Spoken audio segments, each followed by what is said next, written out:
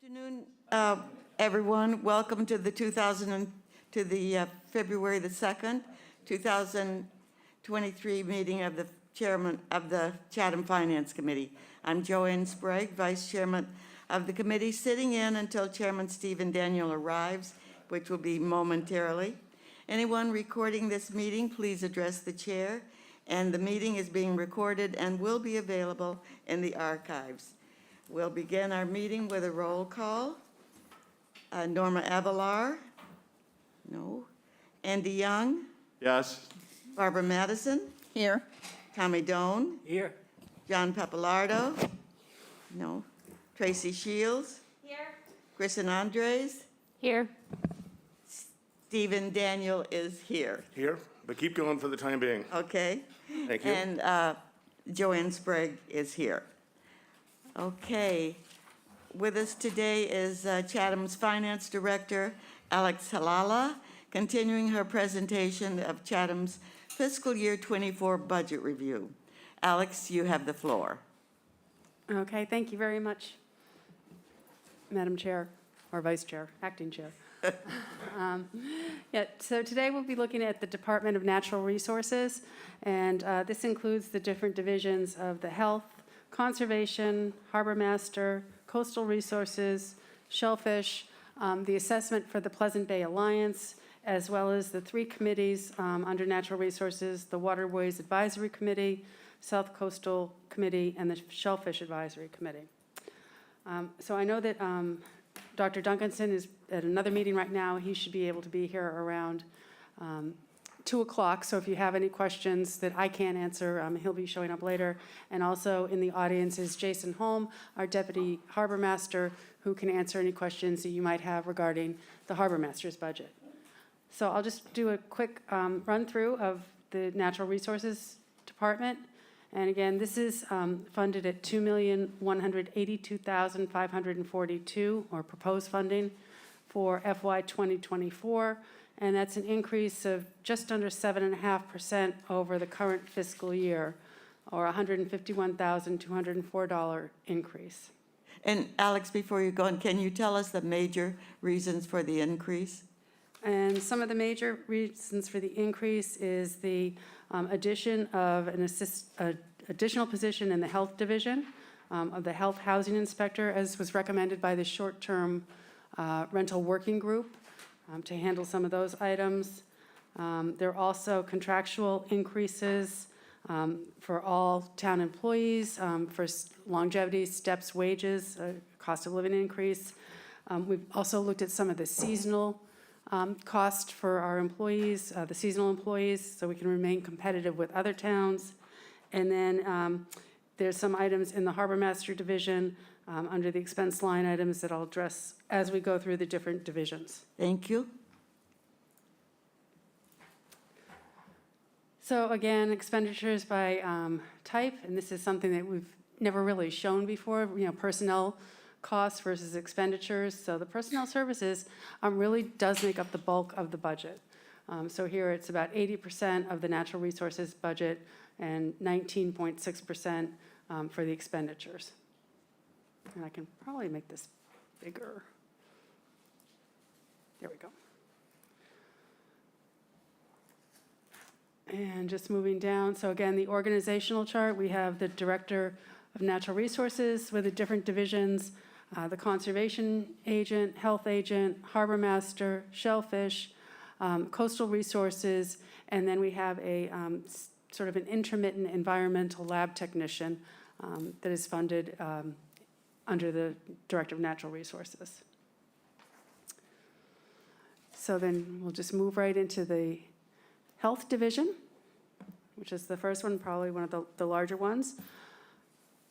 So the Health Division has 4 full-time staff proposed for FY 2024.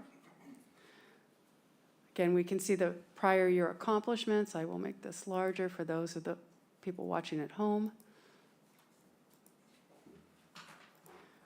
So again, we've listed the prior year accomplishments from last year. Those are in your budget book. So this is about an 11% increase over the current fiscal year. So being proposed at $578,893. And again, personnel is one of the larger portions of this budget.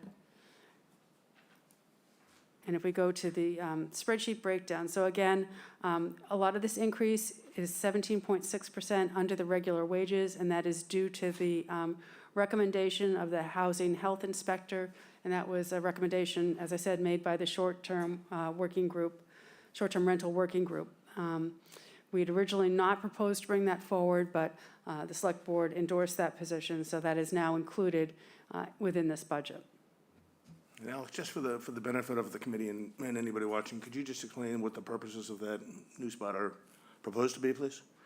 Well, the short-term working group proposed a regulation and registration process for all short-term rentals in town.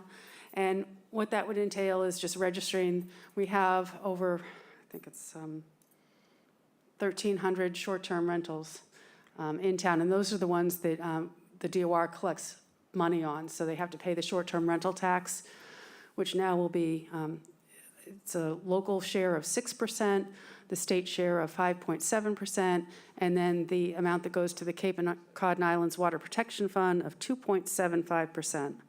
So Chatham, as you might recall, went from a 4%.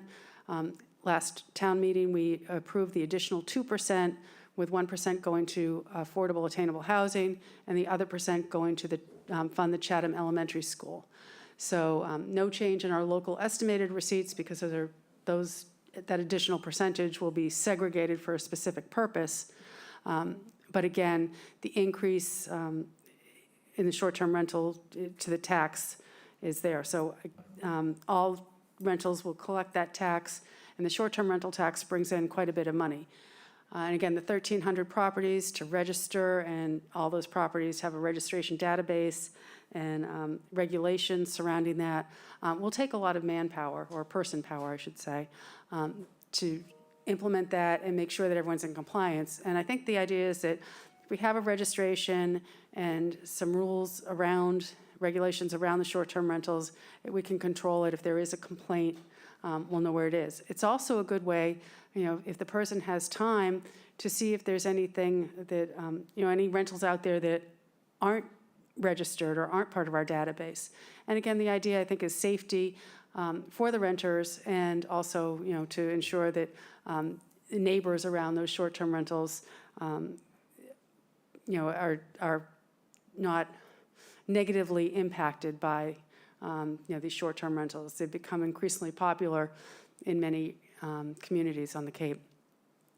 Not sure whether or not, that will include the fire inspector having to go out and, inspect these as well, which is probably a good idea. But again, the amount of time it will take to regulate these is the reason why this position is being put forward. And the revenue from, if there's a fee charged for it, which they're saying is a nominal fee, maybe $50 per rental, would cover the cost of this additional position.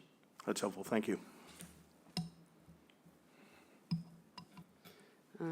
So again, the position is being requested at additional $63,310, and it would require all rentals to be registered by March 1st, 2024.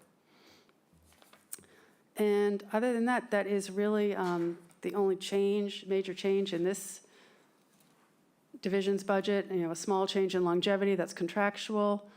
And the stipend here is for the animal control officer. That position is funded under the Public Safety Division. And again, that's to enforce anything if we have, basically goes for horses. That's why the stipend is in the health division. And that's it. Expense line items are level funded. It shows a small decrease, and I think that is due to this encumbrance down here, which I couldn't get rid of. So any questions on the health division? Yes. Alex, under prior year accomplishments, it says that there's a new, more detailed bedroom definition. What is that new definition of bedrooms?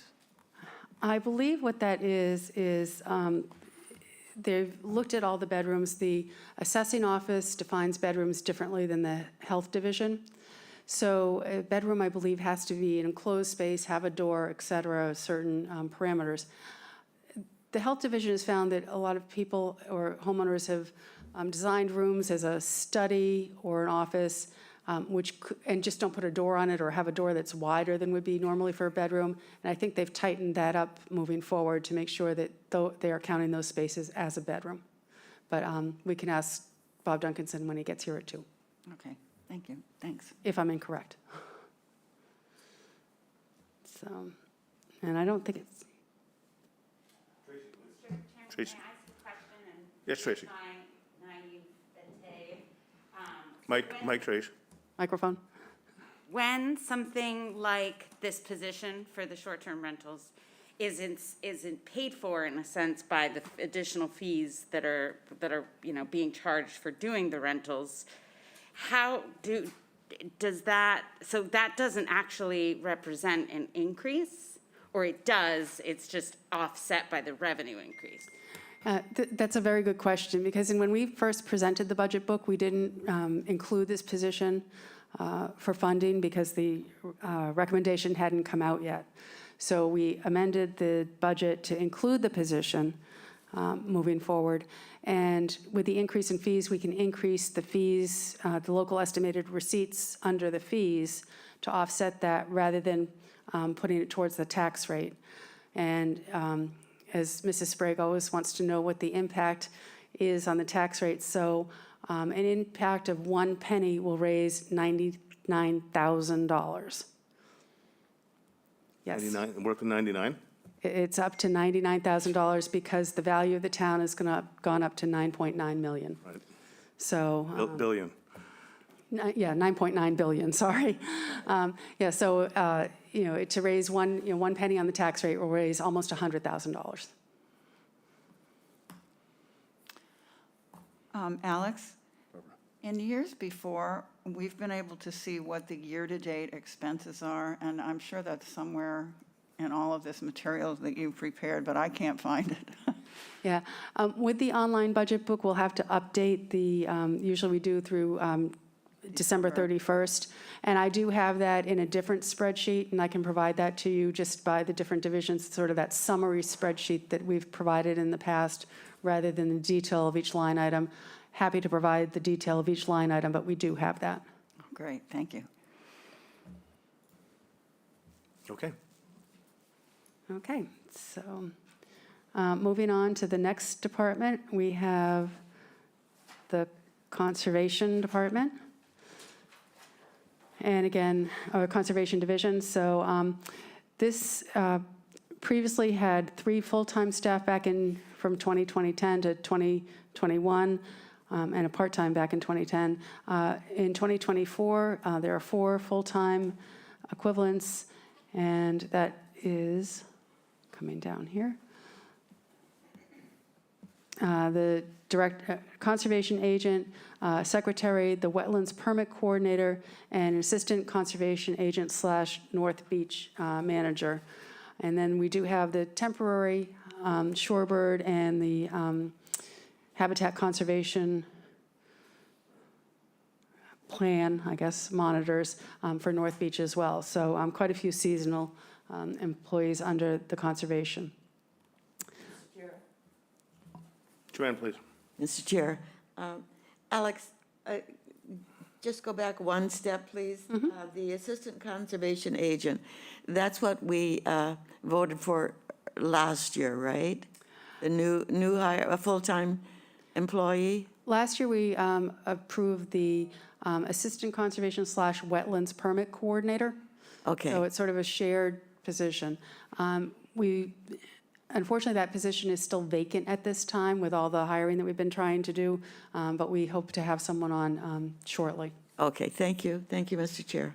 Thank you, Joanne. So Alex, is this referencing the chart then? There is an allocation for a new position? No, that was included in the FY 2023 budget. Okay, that's just So- reflective of the unfilled position. Yes, it's unfilled right now. Okay, very good, thank you. And again, some of this is due to the amount of time that it's taking for the assistant conservation agent / North Beach manager. also assists in some of the lands management that we have for all our conservation properties. So we're looking at, how the different employees interact and what responsibilities. So we review that as part of the budget every single year. Tommy, please. Thank you, Mr. Chairman. Alex, can you go back to the expenditure, how much was spent, the total figure? Yes, thank you. Thank you. Yep, so the total proposed is $412,543, and that's a 2.75% increase over the current fiscal year, mostly due to contractual obligations. And I'll come down to the breakdown here. So again, you can see for wages, it's a 4.2% increase. That includes cost of living adjustments, steps, and longevity. And then I think that's the only increase in this budget. Yep.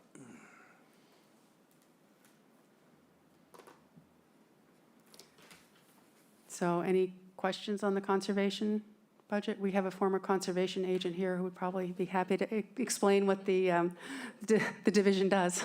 Barbara, please. Thank you, Mr. Chairman. I'm just wondering what we had to do to become a certified wild habitat community. Good question. I don't know. So we can save that question for Bob Dunganson if he knows. Okay. All right, thank you, Alex. Okay. This is a fairly straightforward budget, the Pleasant Bay Management, Pleasant Bay Alliance. Chatham is one of the 4 towns who funds the Pleasant Bay Alliance. We fund them at 35% of their budget, along with Orleans. Harwich is next, and then Brewster has a smaller amount. Brewster's 12% and Harwich is 18%. And their budget for this coming year is up over the current fiscal year. You can see with COVID, they had dropped down, which was very nice, and then stayed level, and they're growing again. And I think, let's look at my notes. So yeah, they're requesting an increase of $5,677. So other than that, and Chatham's assessment will go up slightly. So again, 11% increase, $54,738 to fund the Pleasant Bay Alliance.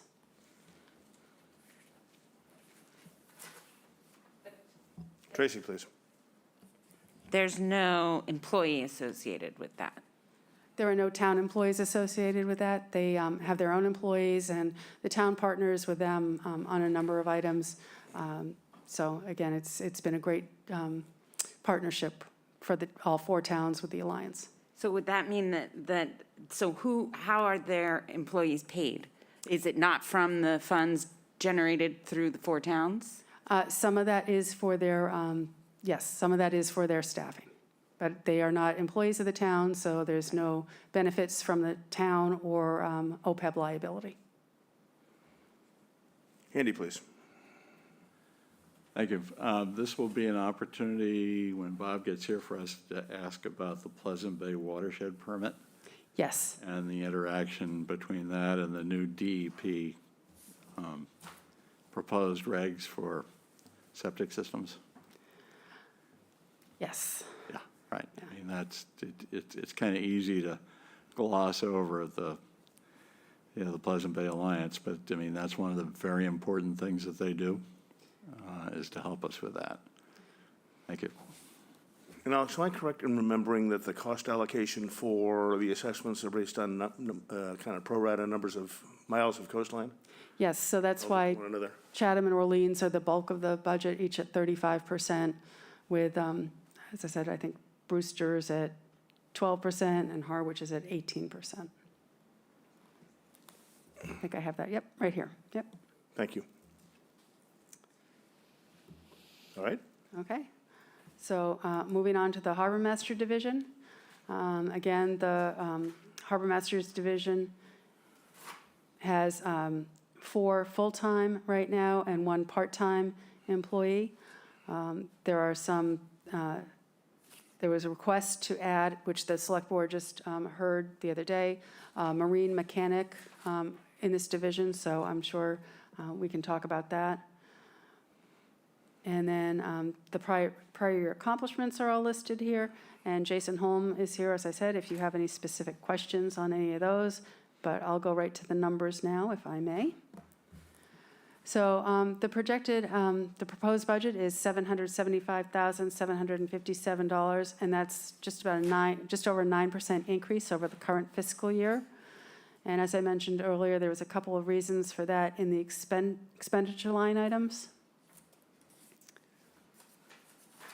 Organizational chart, so we have the harbor master, the office manager, mooring manager, deputy harbor master, and the wharfinger assistant who's seasonal, and then we do have up to 9 assistant harbor masters during the summer to help with all the waterways issues.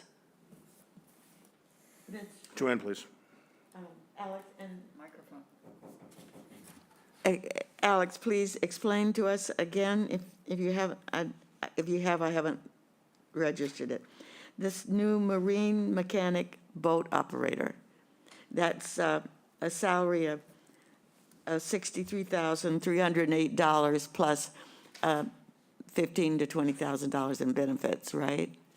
And what is the reasoning behind that request?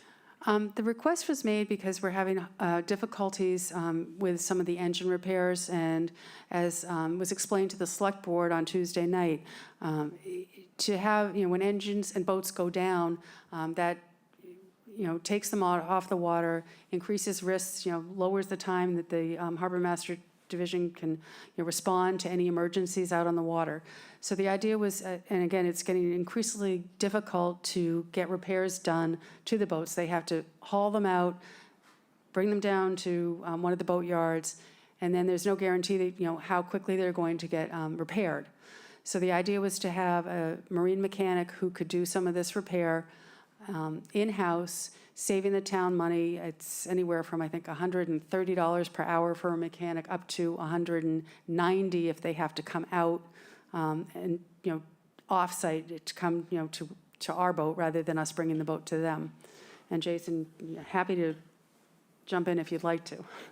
Mr. Chair, and while you're coming to the phone, please, Jason, is this a recent problem that caused the attention that we're giving it, or is this an ongoing problem that's existed that we just have lived with before?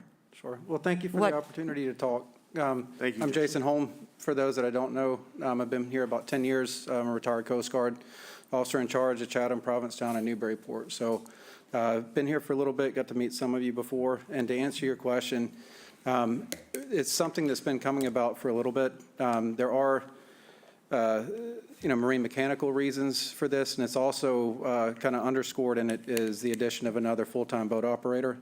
When we reconstituted the mooring officer, the mooring manager, that coincides in the off-season with permit renewals and a lot of the administrative functions that go along with that.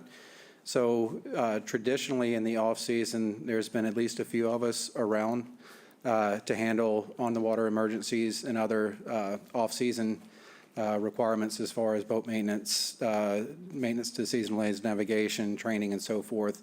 And we've kind of lost that other operational position inadvertently with the mooring officer taking on those types of administrative roles in the off-season.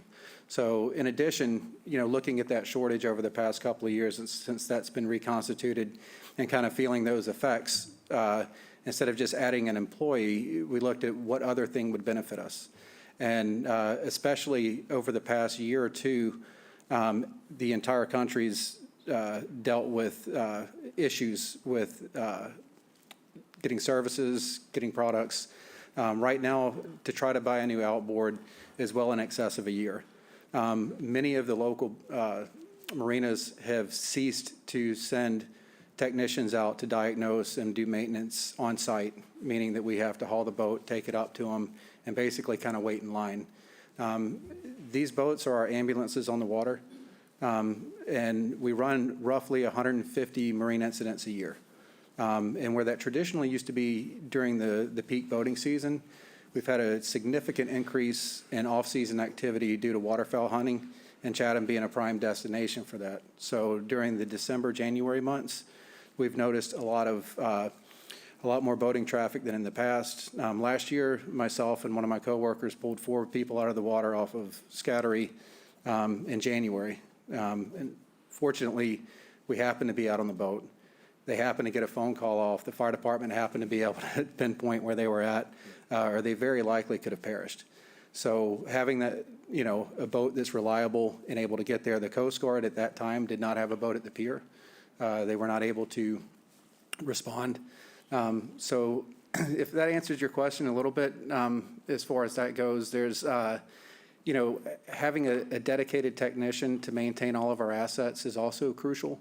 It ensures continuity amongst what's getting done, and it also can very much expedite diagnosing and repairing a lot of these issues that would otherwise have to be taken to a local marine or dealer and diagnosed. Yes, thank you. That does answer my question. Thank you, Mr. Chair. Thank you, Joanne. Jason, could you spend a couple minutes, please? And I mean, there's a lot going on, or perhaps in some respects not going on at the department, whether it's the conditions you just described, whether it's Mike Ryder's retirement and heading over to Cape Tech, whether it's, I guess, the proposed replacement of the H-24 vessel. Can you kind of describe, for the benefit of the committee and the audience, kind of what the impacts of all this are operationally, morale, et cetera, on the department? as we think about Absolutely. it? So, we're a pretty small full-time department. We do bring on seasonal employees in the summer, as you can see, roughly 9 or so people, and that's great.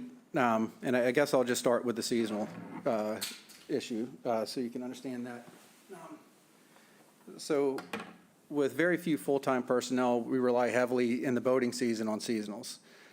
Like I said previously, we run about 150 marine incidents a year, many of them severe, some of them very routine. Being able to attract and retain qualified personnel for that level of experience and skill set needed to be able to do that is very hard. We oftentimes can hire someone, and if we have them for a few years, we're able to train them and get them kind of up to speed just within that short time frame. So when you see the seasonal increases in dollars, we lost a few candidates last year that had higher paying offers that could have very well benefited. We do usually keep people pretty well, but at times people move on to other things. So I guess that hopefully kind of explains a little bit as far as the seasonal personnel. We did lose Mike, who was our mooring manager, had been with the town for quite a while. And that was kind of not unexpected, but very short notice due to the other job offer that he had to take. And so that put us in a very difficult situation just before the permit renewal season started. And fortunately, we had a seasonal employee that had been with us a few years that has a really good background that was able to kind of step in and very quickly get acclimated, at least enough to help soften that blow during that season. Some of you may know we've been on an online mooring renewal program for a few years. It's working out well. We still have things that we're improving, but losing a guy like Mike that had been intimately involved since the inception of that does hurt. So it puts us back a little bit in regards to that. Our patrol boats, the one that we're proposing replacing is 24 years old. We've taken extremely well care of it. We had it surveyed. It's just not cost effective to do that. The boats that we have proposed have a 20-plus year shelf life. The one that we're replacing, the company doesn't make it anymore, kind of moved on. So the one that we're proposing is very similar to the one that we got a few years ago. It's a 27-foot safe boat, very reliable, very similar handling to the other ones we have, and a very good public safety maritime platform. So we're very confident with those. They have a very good track record, and it's also a standardization of platforms, so to speak, that make it very easy for us to go from one platform to the other as far as keeping parts on hand, maintenance and just knowledge of the vessel itself. So let me think of what else. Was there anything else, Mr. Chair, that I'm missing No, here? I think that's very helpful context for people to understand kind of the challenges and issues that the department's currently facing. Alex, I'm assuming that would come, given its useful life and cost, that would be a standalone warrant article for a new H24 or 27? We've actually put that article into the capital plan, so it's being Okay. recommended in the capital plan. There is a request for a surf boat, which will engender additional discussion with the select board, as well as with the Coast Guard, because the Coast Guard is no longer, has a surf-capable boat here in Chatham. So more to come on that. If that is recommended, that will be a standalone article. Okay. And just for, okay, I guess, orienteering reference, are the capital articles in the back of the new book I didn't see them kind of broken out one by one. They are in the back of the new book, and they're listed, and I can break down, here, I'll go to it right now. So if I go to capital, one-year plan, this only has the one-year plan right now in the capital. But if we go down, so for natural resources, the fish pier is actually requested by the harbor master for $25,000 for the replacement of the fish pier packing building roof. That is a supplemental appropriation. We made appropriation a couple of years ago, but with the cost of items, inflation, et cetera, they need a supplemental request there. And then if we come down to the harbor master division, well, we have Jason here. Okay. So here, yes, you can see the boat replacement for the H24, $280,000, kind of a little bit at the top end of what we have in the capital plan, but as inflation comes up, we're seeing that this is happening, and we've normally included those in the one-year capital plan. So that is being recommended for FY 2024. We also have the annual appropriation for the navigational aids, or aids to navigation, the buoys, $20,000. That, again, is an annual appropriation. There is a request for the three-phase electrical service at the Fish Pier Packing House, which was not included as part of the project when we did it, so that has to be added, and that is for the bays underneath. And then the Mitchell River Bridge maintenance, there's been an annual request at $100,000, and that's just to make sure that we have enough to keep going. We're recommending funding at $45,000, as we did last year. There's a balance left in that carries forward, so we'll look at that. And Jason, I don't know if you have anything to add to that. The Mitchell River Bridge is a very difficult nut to crack. It's kind of a one-off bridge, and getting vendors to come down to service it is extremely difficult. Going back to that marine mechanic boat operator position, one of the things that we had discussed was having them take care of a portion of some of this bridge that they would be able to, as far as, oil changes, fluid changes, things like that are kind of crossover effects. Because we have such a difficult time finding people. We finally have an electric company that's been very responsive and very good with addressing issues, but they're up in Weymouth. So you get charged as soon as they hop in the vehicle and come down, but you can't find anybody else to really come out and respond. We've been waiting on someone to come out and troubleshoot the traffic gates for over a year. We're finally getting a help ticket in with a vendor to hopefully have that addressed soon. So, it's expensive and it's hard to get. So, and we've kind of taken care, I think, of the swelling issues that was there with the bridge.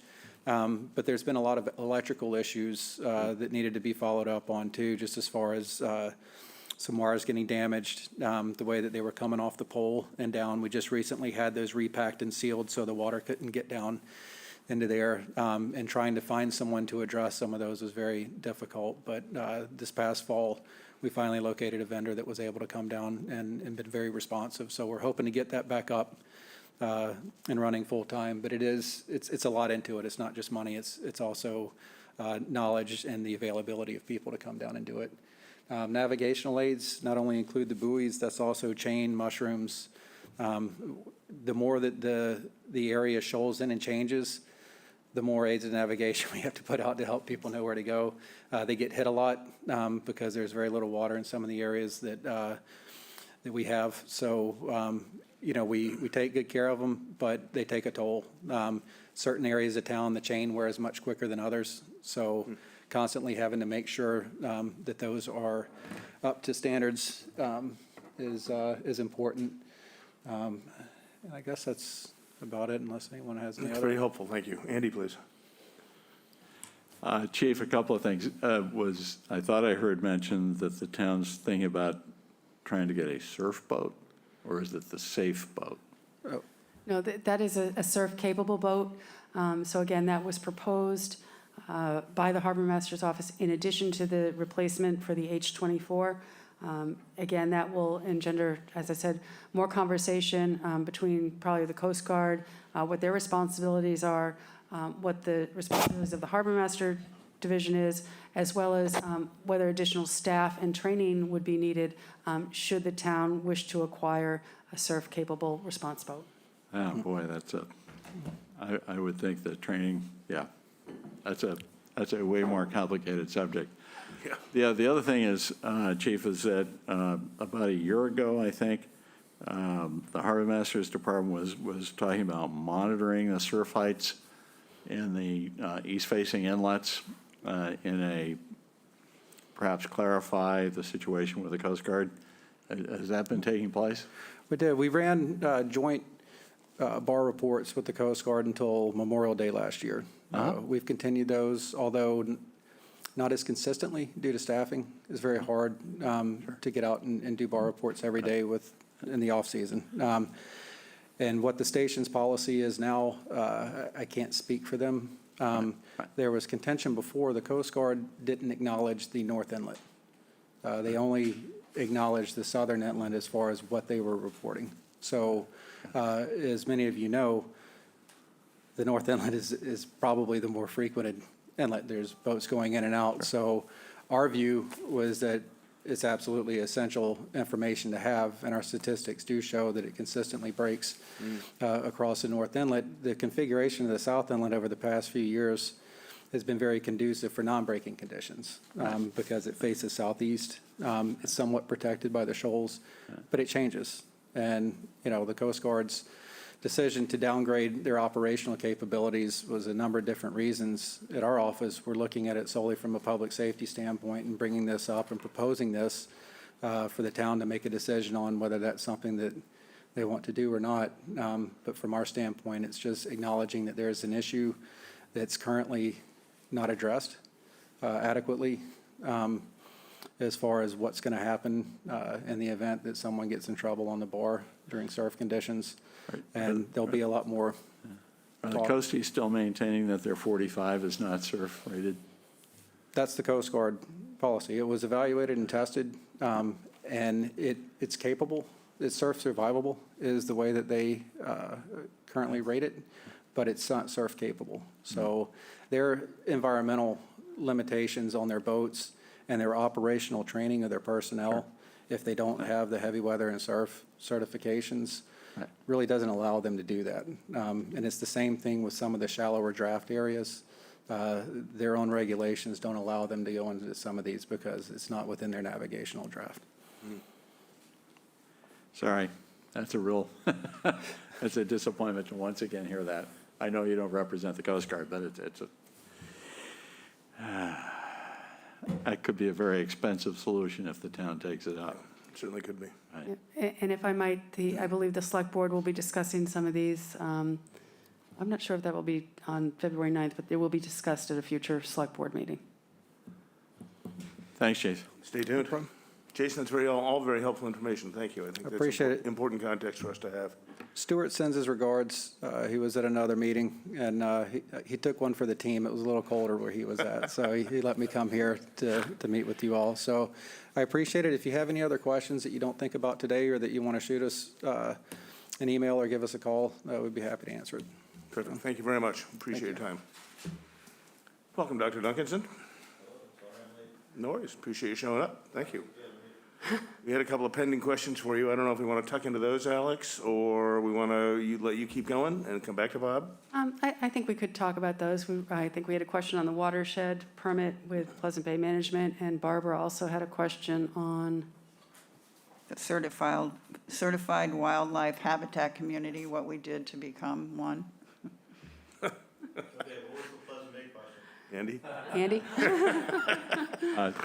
Bob, it was primarily, I mean, because the section on Pleasant Bay talks about the Pleasant Bay watershed permit, right? I'm thinking in terms of the new DEP or proposed DEP regs for septic systems. I mean, we're kind of in general, where do we stand on that? Do you have any late word on it? I don't have any late word on it. DEP's comment period just ended on Monday, on the 30th. Pleasant Bay Alliance had the first watershed permit issued in Massachusetts. We actually helped DEP develop the watershed permit program, because when they came to us, there was no watershed permit. And they worked with the Pleasant Bay Alliance on a pilot project to create a watershed permit and the regulations that go along with it. So when they came out with their new proposed regulations last summer for both the watershed permit as well as the Title V regulations that I'm sure everybody's aware of, and they've linked those two together. We had some early conversations with them. I was one of the first people in the Commonwealth that knew about it, because they approached me and said, what do you think? And I told them, frankly, it doesn't make sense. Second of all, there's no way that you're going to create 280,000 plus septic systems on the Cape and convert them to IA nitrogen removing systems in 5 years. There aren't enough engineers or contractors to do it. Plus, the technology doesn't work the way you want it to work anyway. So they've been hearing that message loud and clear from a lot of the towns. Our position has been to them that we have a comprehensive wastewater management plan, which covers the entire town. See, the distinction is other towns, watershed permits only cover a particular watershed, like we had the Pleasant Bay one. But our CWMP that we did back in 2009 and that we've been dealing with implementation ever since, that is a townwide permit. So we have made the argument to DEP that we should be not exempt necessarily, but you should recognize our CWMP as a watershed permit. And a number of other towns have made that same argument. Pleasant Bay made that argument as well. So we're frankly just waiting to hear what direction DEP is going in. I am also aware that a couple of legislators at the state level were actually considering filing legislation that would prevent DEP from implementing what they've proposed. So, you know, it's like there's 12 balls all being juggled in the air right now on this topic. So, you know, with the fact the comment period just ended, I suspect it's going to be, you know, a couple of weeks, a couple of months before we really know where this thing is actually going to be heading. Does that Thanks, Bob. answer your question? Oh, yeah, it did. And then the other one was? What wildlife? Huh? Wildlife. Barbara? Wildlife, it's a relatively simple thing. You know, you provide, you apply and you provide certain background information as to what the town and the public are doing, and then you can get this kind of designation. And then it triggers other things. Once you've got the designation, it triggers other things in the future. You know, it's not dissimilar to having a backyard garden designation or a backyard designation for wildlife. You know, they do those kinds of things too. So this was done. We thought it was a good thing to do. Our conservation agent worked on it last summer and fall. And we, you know, we'll see where it goes from there. Whether or not there's any funding involved coming down the pike remains to be seen at this point. You know, it's kind of like being a Tree City USA. You know, you get a plaque to put on the wall, you get some signage to put up as you drive into town, and, you know, honestly, other than that, it doesn't necessarily bring a whole lot in. You know, it doesn't necessarily bring in grants and things like that. It's more recognition, if you will. Does it have any effect on people applying to rip down every tree in the several acres they might own before they put up a garden? No, that's still governed under the Wetlands Protection Act and the town's land clearing bylaw. So, yeah. You sound like you're referencing something specific. What? Don't drive Middle Road then. Yeah. And Dr. Bob, if I could, Mr. Please, Chairman. Barbara. I also was wondering what the definition, the new bedroom definition might be. I don't know, because we haven't redefined it recently. There's been discussion about that. And just to put it in context for those of you that haven't been following it or aren't aware. The Board of Health has been concerned for the last couple of years, more so in the last year to 18 months.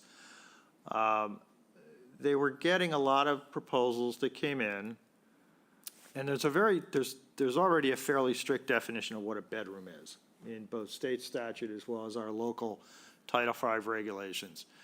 And one of the biggest things is privacy.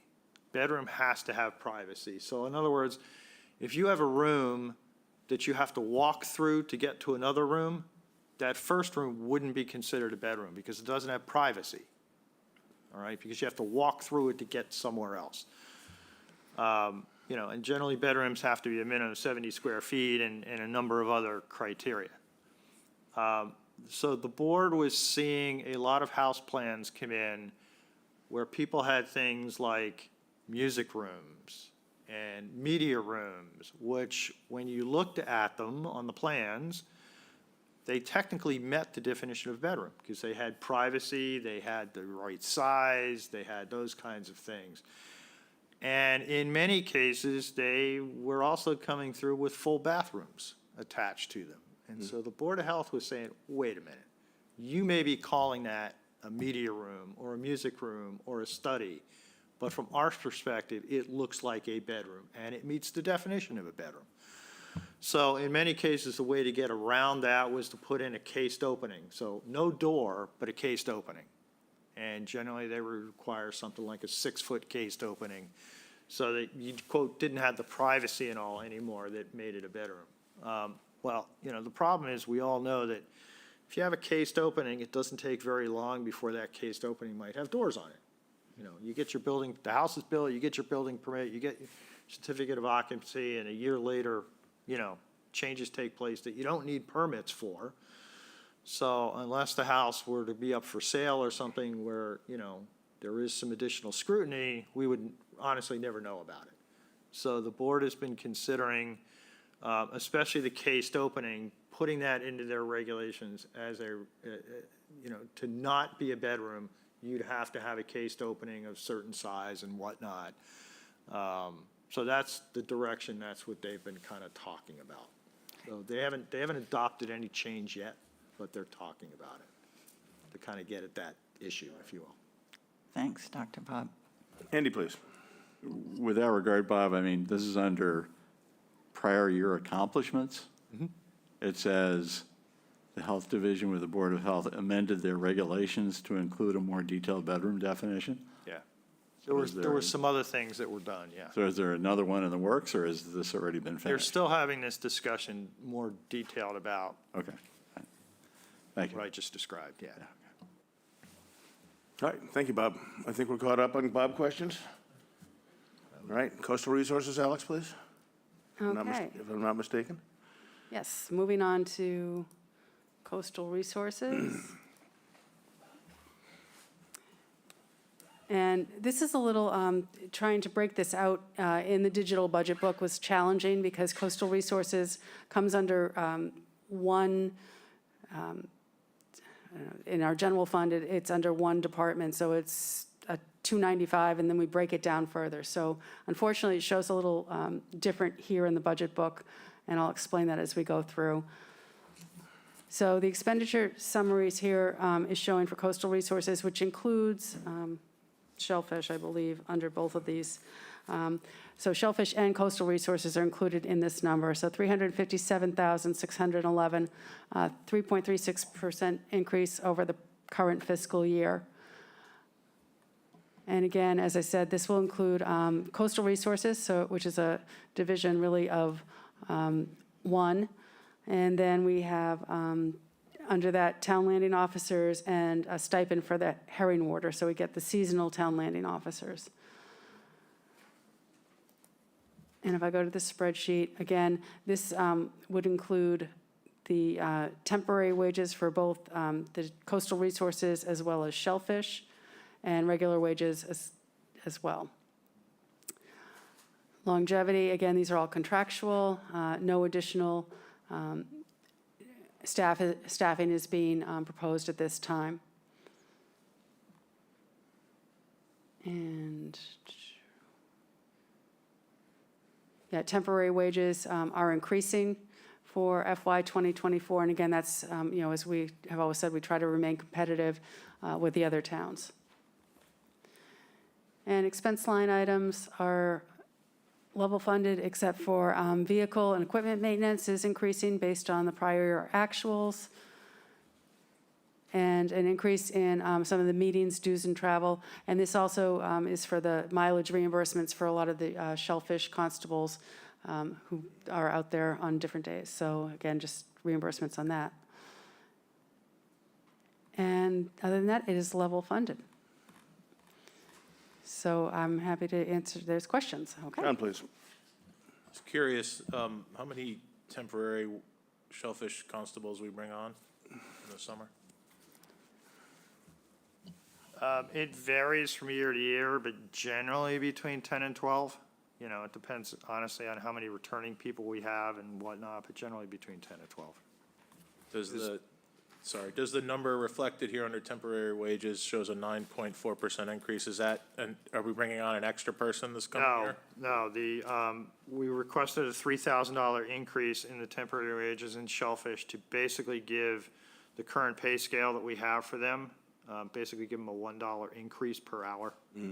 So spread across the entire thing, it worked out to about $3,000 for the year. Okay, and one last question Please, John. on Yep. this is on regular wages.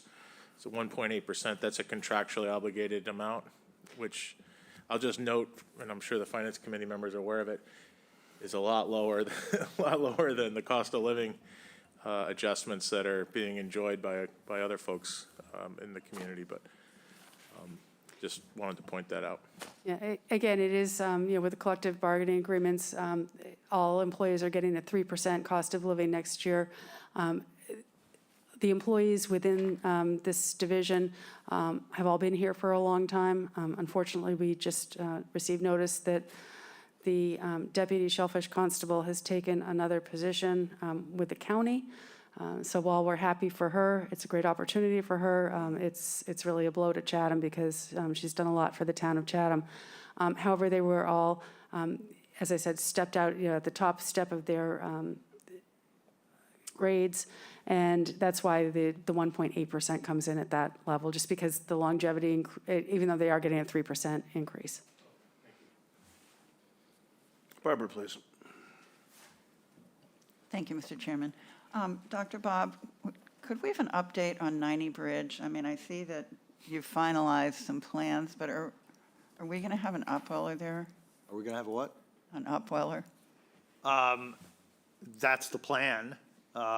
So the plans for 90 Bridge Street are about probably 60 to 70% done. We're in the permitting phase. We've applied for permits from the state and the Federal Army Corps of Engineers. And, right now it's taking anywhere from a year to 18 months to get permits through the process. And I will tell you, like for 90 Bridge Street, for example, our Army Corps permit, we deal with the New England region of Army Corps. The reviewer that they had for the 90 Bridge Street permit, and also one we were doing, the current project we have underway at the Fish Pier, was actually a reviewer who was on temporary loan to the New England district from California. And needless to say, I think we do things slightly differently in New England than they do in California.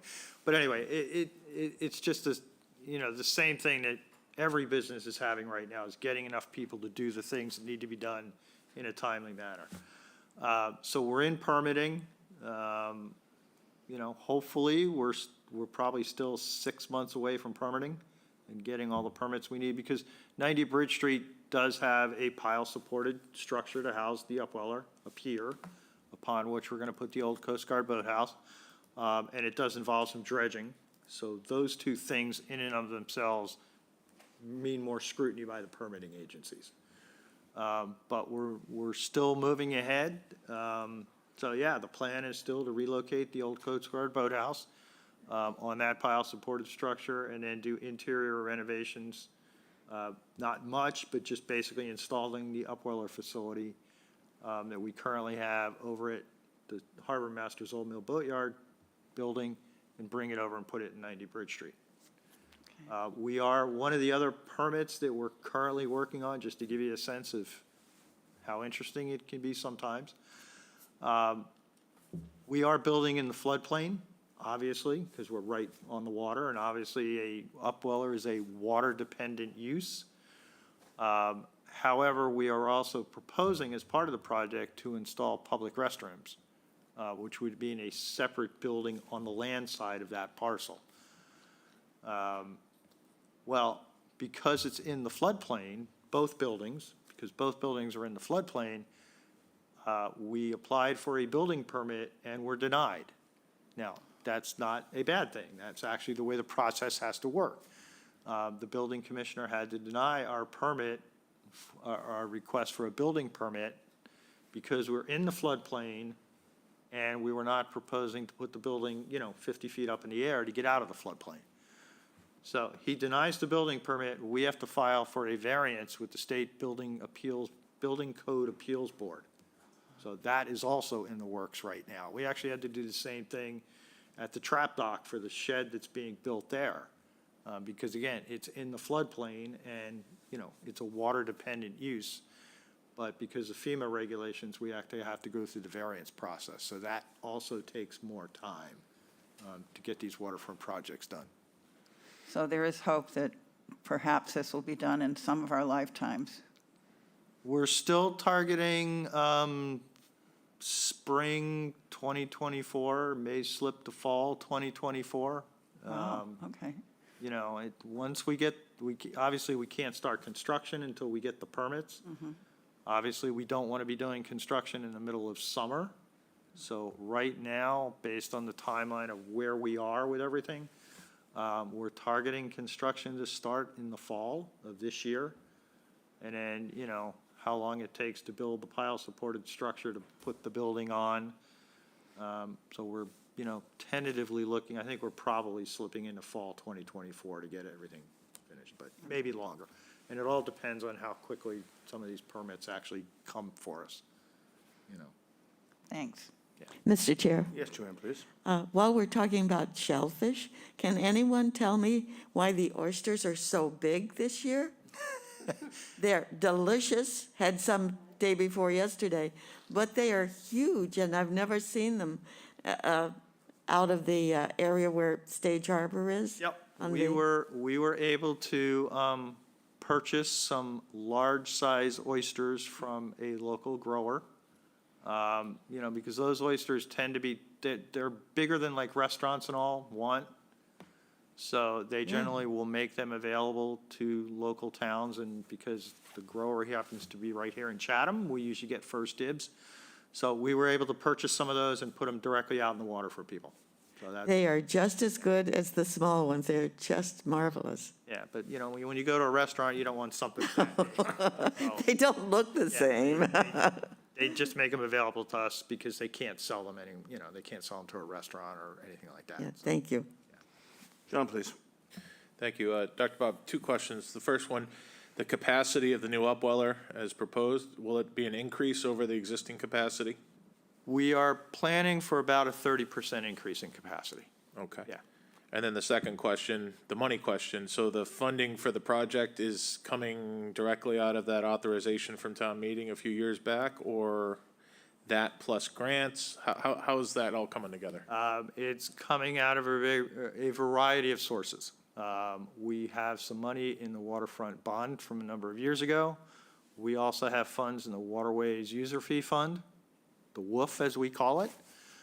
We are looking at Seaport Economic Council grants. As you probably know, we've been very successful in getting $1 million construction grants for various projects. That's the highest that you could get is $1 million. Wish it was more, but that's the state's limit. And then we're also looking at other potential grants as well through some of the federal programs that are currently coming down the pike with ARPA and the federal whatever. You know, there's a lot of federal money out there, so we're looking at some of those grant opportunities. We did try a number of years ago to get a Kennedy salt install grant for the project. We're not successful, but we're keeping our fingers crossed. It's some of the, you know, I hate to say it, there's a lot of federal money flowing right now, so we're hoping to tap into some of that. So it'll be a combination from all those various sources. Bob, just a quick follow-up on a couple of things. One, how many animals, if we're going to increase our production capacity by roughly 30%, do we know how many animals it's ultimately going to yield potentially in a year? You know, we're currently doing 3.5 million roughly, so 30% more. Okay, Yeah, terrific, thank you. yeah. Coastal Resources has a pretty big brief. Are there challenges that you were finding kind of specific to the breadth of that brief in this operating environment that we should know about, that kind of challenges for the future? Anything, good, bad? Yeah, I mean, probably the biggest challenge for this town and many other towns is going to be the issue of global warming, sea level rise, and more severe storms. I mean, you know, as you guys know, we're the poster child for coastal erosion in Cape Cod, the northeast part of the country, if you will. You know, so it's just trying to manage that. You know, as you know, a lot of property in Chatham is privately owned, and a lot of private property owners, you know, they either don't recognize the issue yet because they may not have been directly impacted by it, or they're the other side of the coin where, yeah, they've already got a revetment and they're looking for a bigger revetment or stronger or whatever. And, you know, that has positive impacts for their little piece of the property, but it may have negative impacts for the system as a whole. You know, areas that used to migrate landward can't do so anymore. You know, that causes erosion in front of revetments, causes impacts to neighbors. I mean, all you have to do right now is look at aerial photographs of what's going on at the Fish and Wildlife Service headquarters on Monomoy, where they have a policy of not doing anything protective. They are losing their bank. They've already taken down the Weather Service building. They took down their dorm building just recently. They are now starting to negatively impact their immediate neighbor because of erosion. And so that neighbor's having to do something that maybe they wouldn't have planned necessarily to do in order to protect their property. So it's going to be things like that, you know, and, you know, on the one side, we're fortunate that we have a lot of sand in Chatham, but it's always in the wrong place, you know, for beach nourishment, channel impacts and all those. So those are, you know, the things that we've been wrestling with for the last 10, 15, 20 years. They're just going to continue. They are likely going to get worse. You know, we're working on a couple of grants right now through the Pleasant Bay Alliance. It's looking at, you know, coastal resiliency type issues and higher sea level rise and what does all that mean. So, yeah, those kinds of things I think are going to be the big environmental issues. Not that they haven't been already, but they're just going to take on more importance. Okay, that's helpful, thank you. John, please. One last question, Dr. Bob. The MVP process, the Municipal Vulnerabilities Program? Yep. So we participated in that as a community, like Yep. many others in the state. Has that unlocked opportunities or dollars for the town, and will it be renewed, or? Well, once you're an MVP community, you're always an MVP community, so we are still an MVP community. We are currently partnering, we partnered with the Cape Cod Commission last fall on an MVP grant to finish, along with 5 other towns, we're the lead town on it, but with 5 other towns, looking at low-lying road issues. They had done that for 10 other towns on the Cape. Chatham, Provincetown, Harwich, Mashpee, and I always forget the 5th one. Were not done as part of the first round, so they had another round, another application that they asked us to partner on, and actually it turned out good because we were actually looking at our own application for the same issue. So we went with the Cape Cod Commission one. So yeah, I mean, we're constantly looking at the MVP program for certain, you know, projects that would be a good fit for them. This one happens to work out really well for the low-lying roads. You know, as you probably know, we tried to get an MVP grant and a FEMA grant a couple of years ago for Little Beach to look at the flooding issues in Little Beach. We were not successful because it's private roads and the agencies generally don't fund things on private property or private roads. So we weren't successful there, but yeah, we're continuing. You know, whenever we have a project that we think is a good fit for a grant, we always try to get it. Tommy, please. Thank you, Mr. Chairman. Bob, do you think that the dredging situation is going to keep getting worse in the coming years? I'm not sure it's going to get any worse because I think it's been worse. You know, honestly, it's been a challenge, and I don't think the challenge is going to get better or worse per se. We are still going to have dredging issues in the town of Chatham in order to keep places like, you know, Riders Cove accessible, Stage Harbor accessible. Like I said, we have a lot of sand. It's just never in the right spot. And so we're constantly having to move that sand around, and I don't think that's going to change you know, dramatically one way or the other. You know, what may change that will impact that is the level of federal participation. You know, Stage Harbor Entrance Channel is a federal navigation project. And in the past, we've been pretty successful in getting the Army Corps to come back on a regular basis to deal with the dredging need there. You know, every year we hear from the Army Corps, well, this may be the last year because the federal funds, you know, are cut or whatever, or being redirected, you know. And luckily, working with our legislative delegation every year, we're kind of able to make it, not every year necessarily, but every other year at least, able to make it happen. You know, so my biggest concern is at some point, we may lose that federal, you know, connection, that they may just finally get to the point where they don't have the funds to do it and whatnot. You know, a couple of our projects recently have been as a result of other projects that didn't go forward for whatever reason, so they were able to reallocate the money. Is that going to continue in the future? None of us know that. And, you know, there's been talk on a couple of years that the federal program was going to concentrate more on larger projects, you know, New York, Boston, Savannah, Georgia, you know, California, you know, bigger container ports, bigger commerce type ports, you know. But like I say, so far we've been able to keep our hand in the pot. But, you know, whether or not that's going to. And how about the county dredge? Is that possible? Yeah, the county dredge, you know, you're probably aware, you know, the county dredge was very successful in the Cape for many, many years. And then a couple of years ago, it kind of hit a bump in the road. I'm happy to say that from our experience, the county has gotten their act back together again. You know, they hired a full-time dredge manager, which is somebody they hadn't had previously. You know, after hearing from the towns and others that, hey, guys, you know, this is really a big issue. It needs to be properly managed. Well, they finally made that leap. You know, now they have 2 dredges. They're getting funding now from the county through ARPA and everything else to kind of deal with the backlog of maintenance and all that they had and procure new equipment. You know, everybody thinks, oh, it's just the county dredge. Well, no, it's the towboats that go with it. It's the dredge pipe. It's the loaders on the beach that move the sand around. You know, there's a lot more to it than just that one dredge, you know, that you see in the photographs on the front page of the Cape Cod Times. And, you know, unfortunately, some of that other stuff had been neglected for a while. Well, they're now getting that all up to speed to where it should be. So I think you know, I'm optimistic the county dredge is going to be here for quite a while and continue to be the good service to us and the other Cape towns that it was for many years. Things have definitely improved in the last 18 months.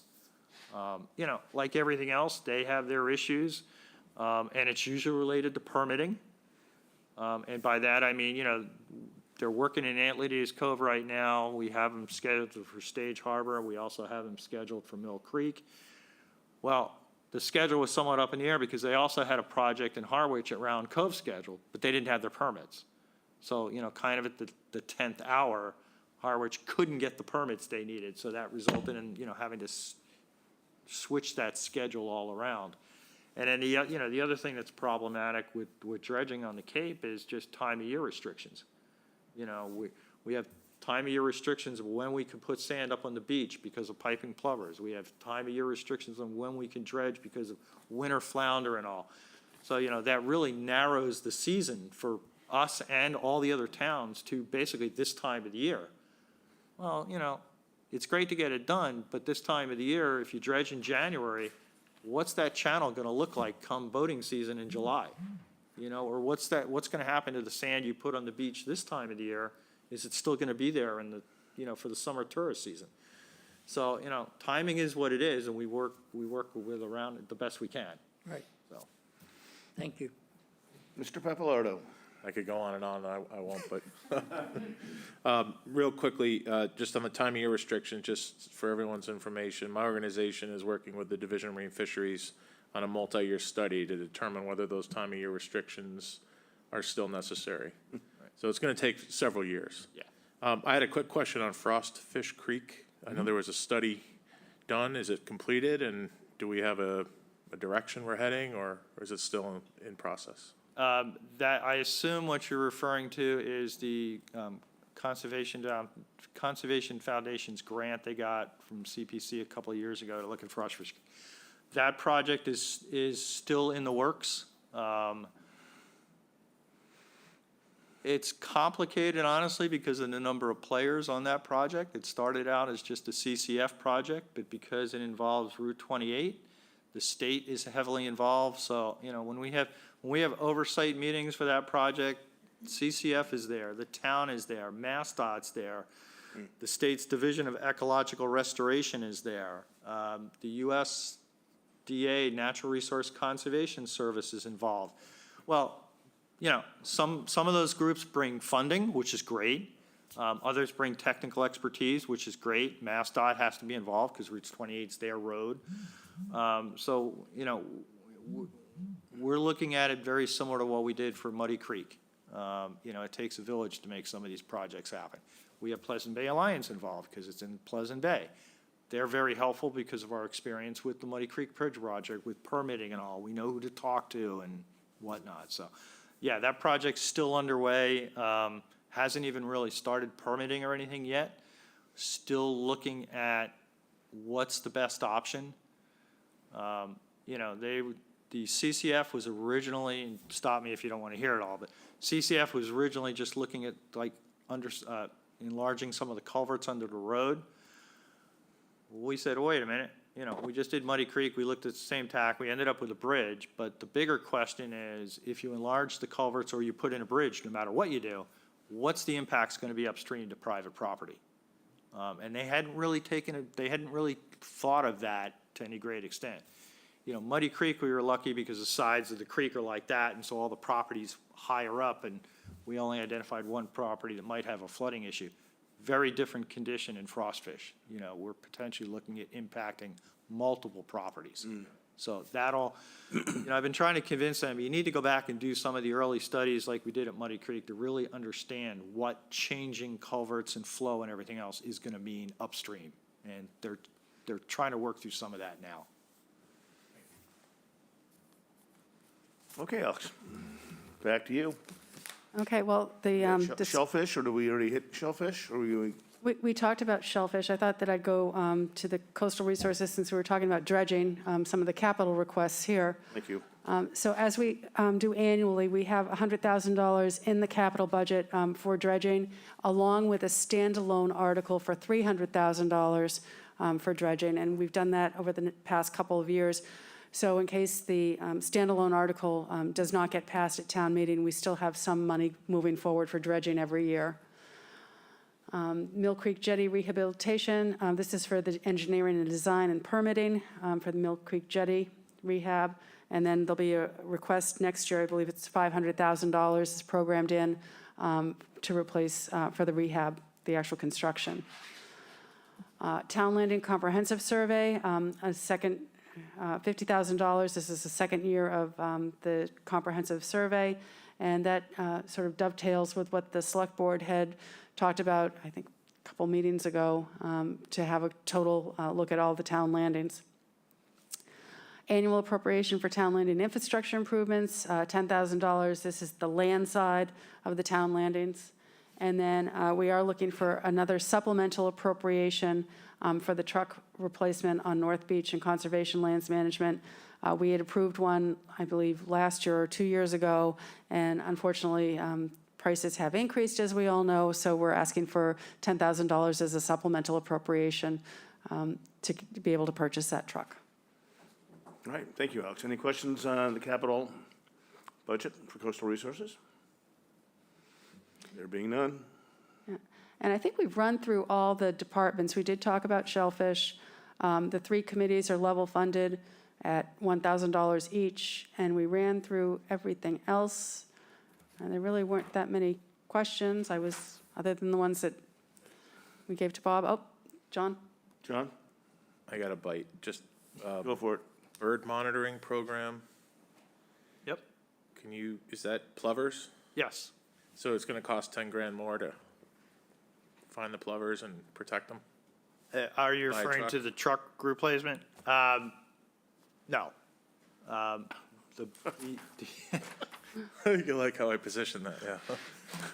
Checkmate. Just means I have to explain more. So in the conservation budget, we have funding for the bird monitors, the physical people, and we also have an expense line item to provide signage and fence posts and twine and all those ancillary things.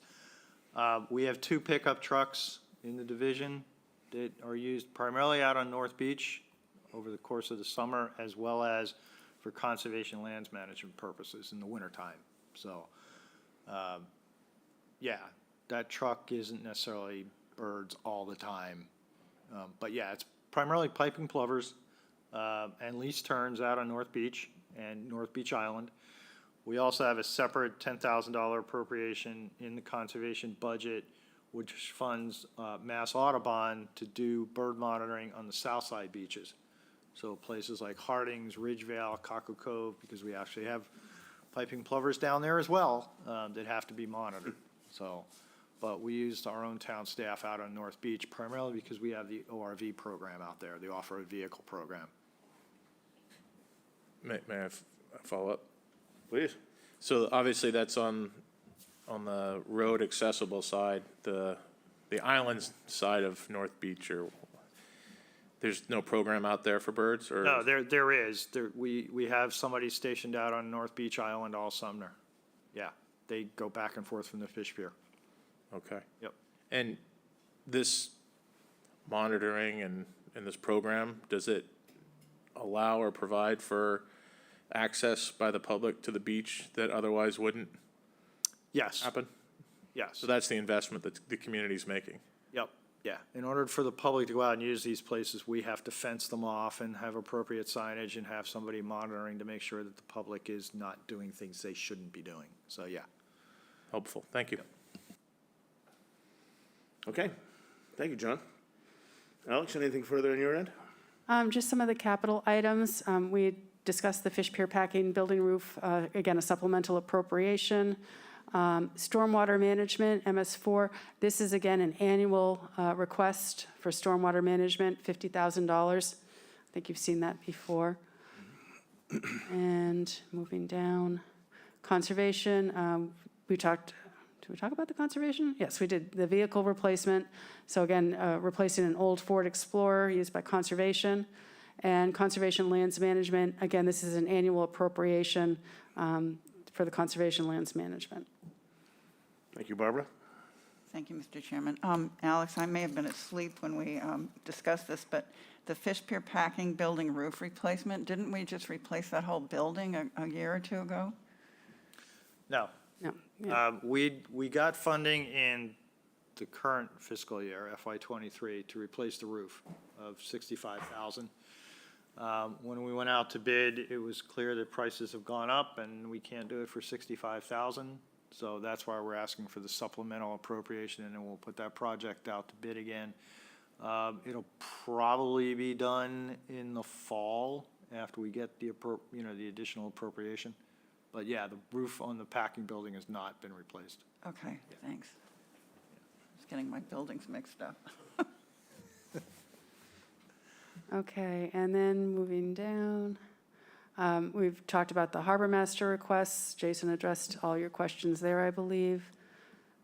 And I think coastal resources, I think that's it. Bob, just sort of spinning through the list there. We've never had 3-phase down at the pier? We do not have 3-phase in the packing building. Hard to believe, but we don't. It's kind of hard to believe, yeah. Okay, thank you. Yeah, that's, Kristen, please. I'll just ask about stormwater.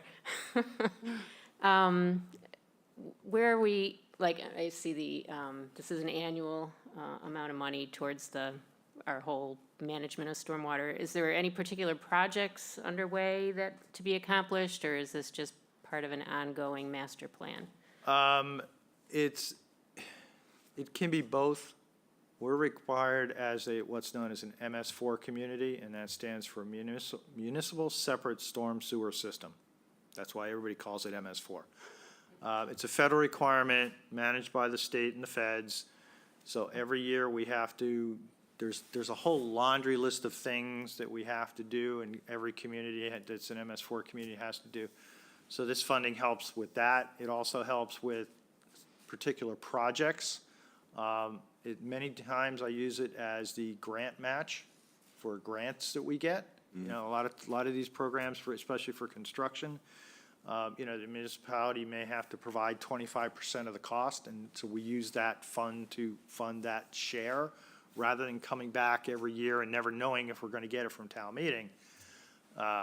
So that's what we use that for, as well as engineering of projects. You know, we have a couple of projects right now. We have one underway at Water Street, where we have a storm drain that's buried in the rock revetment at the seaward end of Water Street, and it's constantly washing out the beach. So we're engineering, that to understand the system and where the opportunities may be to cut off that stormwater upstream, if you will, before it ever gets to coming out to the end of the pipe.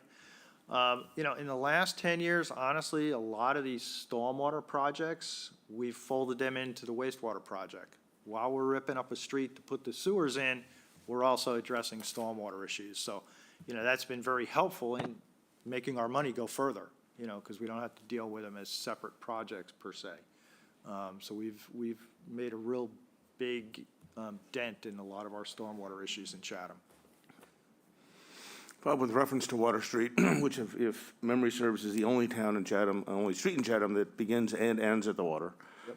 Used to be the practice of the town to drive a couple of vehicles up and down the mill pond end of things to kind of prevent eminent domain and assert the town's claim to the property.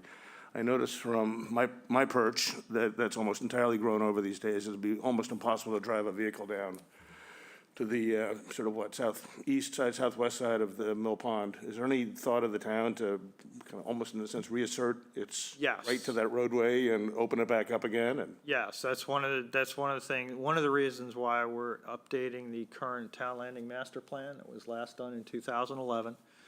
And to get back to some of these lesser used landings like that one, and see what needs to be done. They have cut the vegetation back before. Obviously, it's ripe for doing it again. right.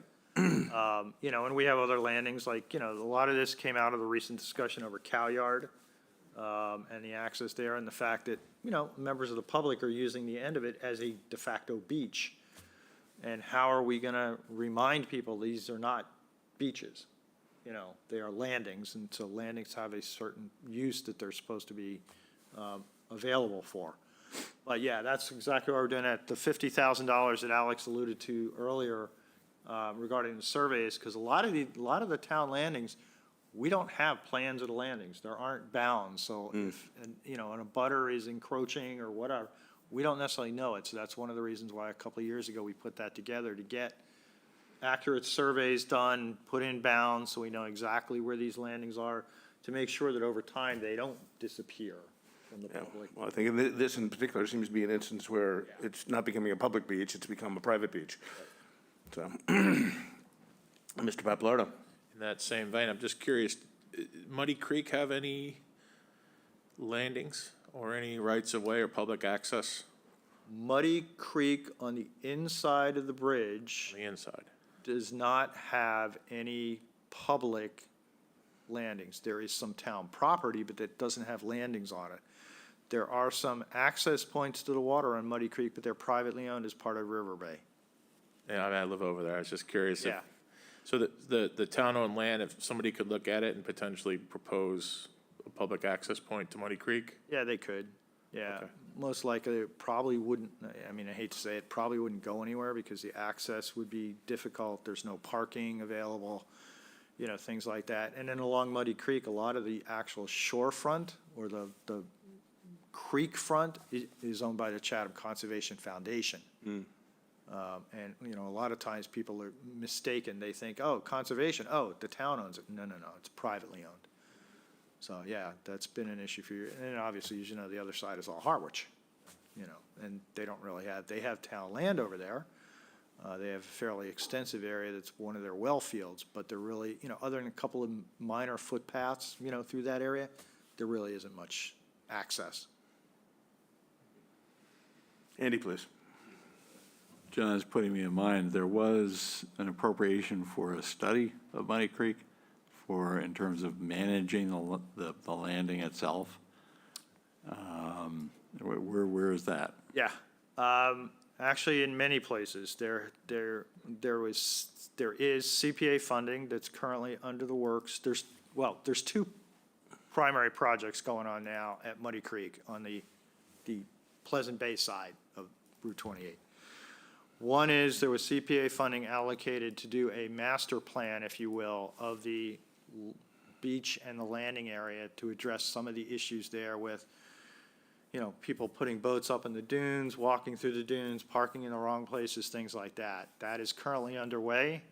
We just got the first kind of draft of that concept plan.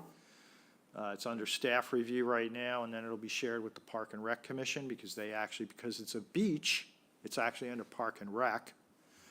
And then through the Pleasant Bay Alliance, working with them, we have a CZM Coastal Resiliency Grant that is looking at a living shoreline along if you've driven down there on the left-hand side, the creek comes very close to the access road.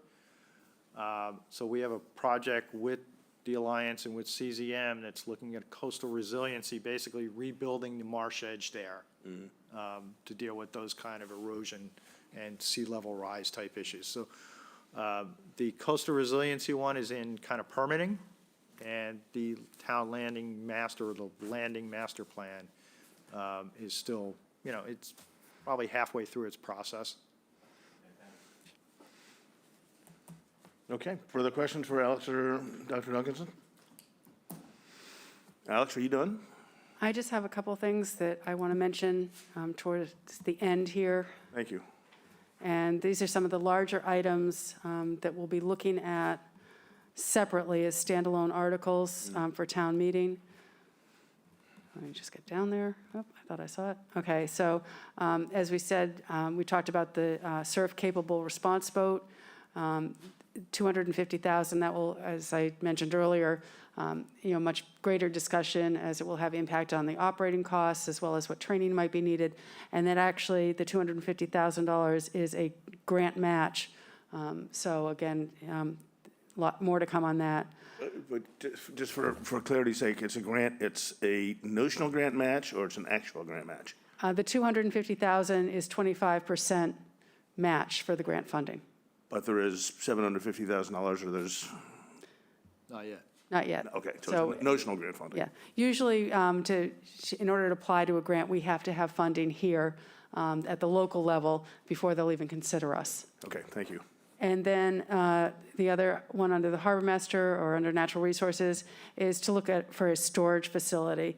So again, that's $600,000. The select board will be discussing that on their meeting on February 9th, when they're going to be discussing some of these larger capital items and how they want to proceed forward to town meeting. Do we have a proposed site for the proposed storage facility? That will be discussed on February 9th. So again, whether it's an existing. Town-owned property on Muddy Yeah. Creek? Well, whether it's an existing building or not, I'm not. Yeah, Yeah. short answer to your question is no.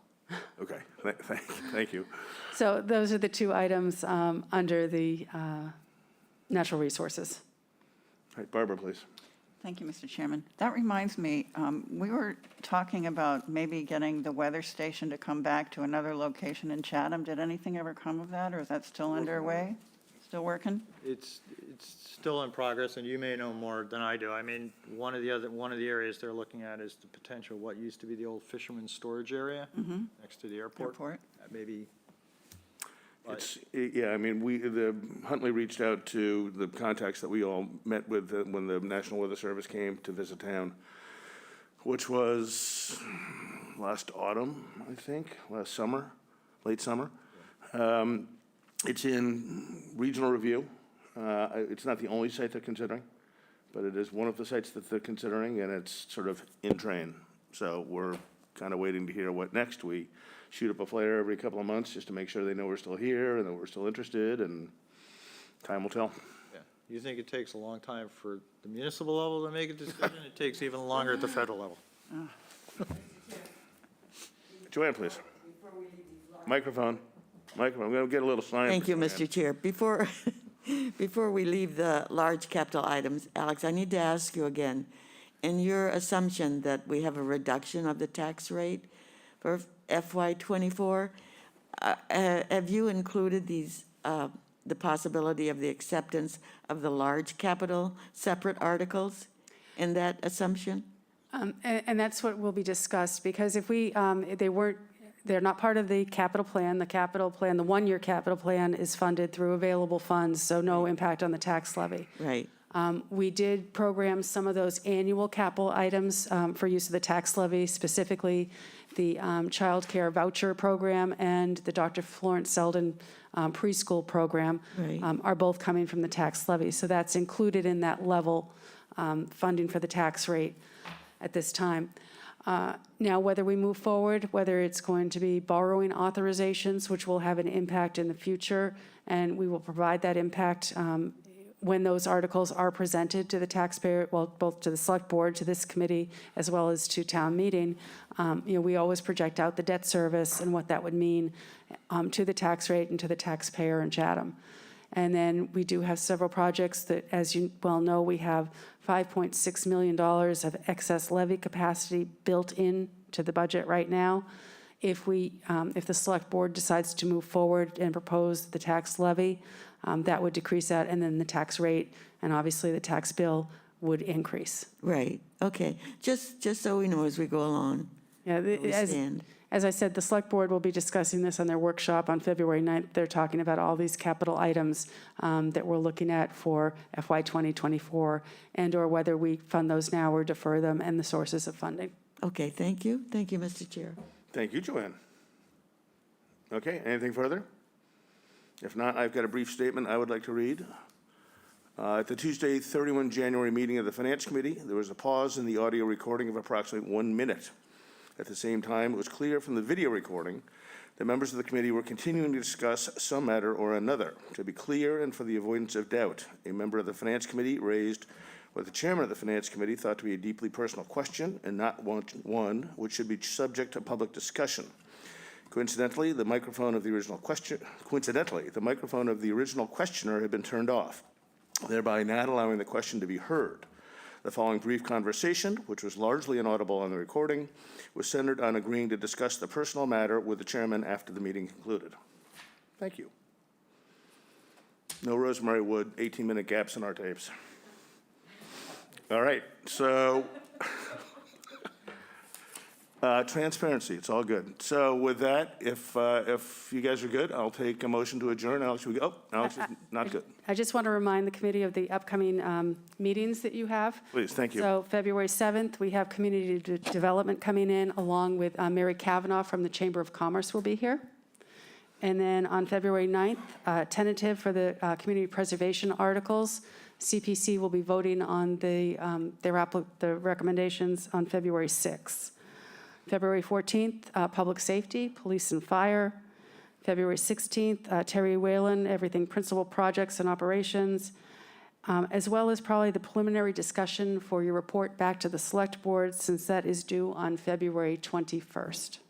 Okay, and for the benefit of our newer members, just from a process perspective, we kind of go through all this preliminary review of the budget. It's preliminary, A. B, it's not necessarily comprehensive because, as Alex has alluded to, there's a whole capital spending side of the equation that we really don't get a chance to tuck into before we are required under the bylaws to revert with our initial impressions to the select board. So that's what will be due on 21 February.